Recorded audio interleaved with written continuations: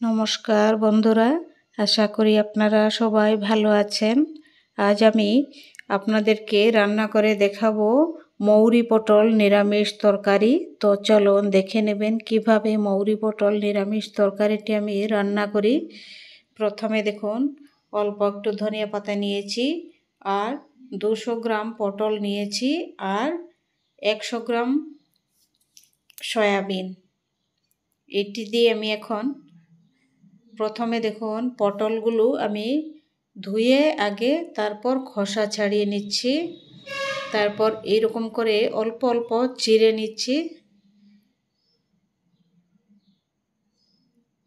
এরকমভাবে দুটি সাইডে আমি এরকমভাবে কেটে নিচ্ছি, যেন নুন হলুদ ওগুলো মশলা সব ভিতরে অ্যাবজর্ব করে, তাহলে খুব ভালো লাগবে খেতে।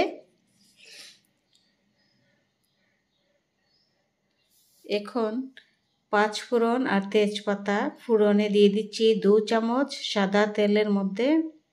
তারপর পটলগুলো ভেজে নিচ্ছি প্রথমে 2-3 মিনিট। এটি হলুদ ছাড়াই লবণ দিয়ে ভেজে নেব। লবণ দিয়ে দিচ্ছি আধা চামচ।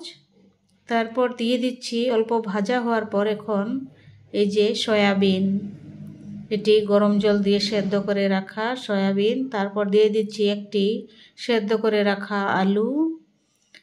এখন দিয়ে দেব এই যে ভাজা মৌরি পাউডার 2 চামচ, কাশ্মীরি লাল লঙ্কা পাউডার 1 চামচ, হলুদ আধা চামচ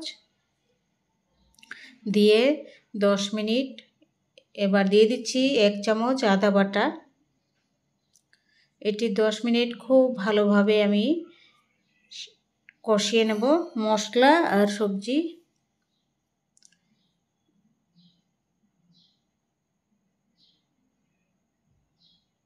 কষানো হয়ে গেছে, এখন দিয়ে দেব 1 কাপ গরম জল।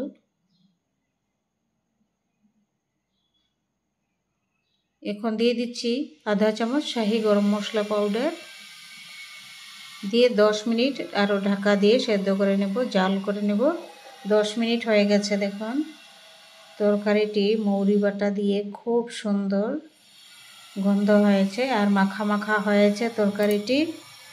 আপনাদের যদি রেসিপিগুলো ভালো লাগে সাবস্ক্রাইব করবেন, লাইক করবেন, শেয়ার করবেন, কমেন্ট করে জানাবেন।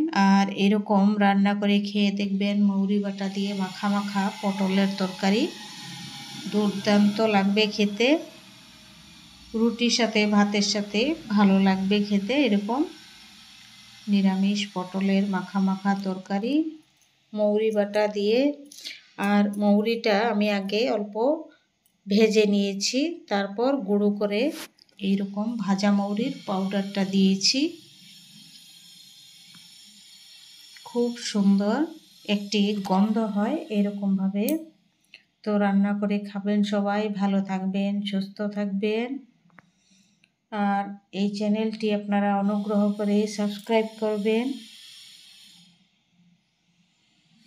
পটলটি কেমন লেগেছে আপনাদের আমাকে কমেন্ট করে জানাবেন। নমস্কার সবাই।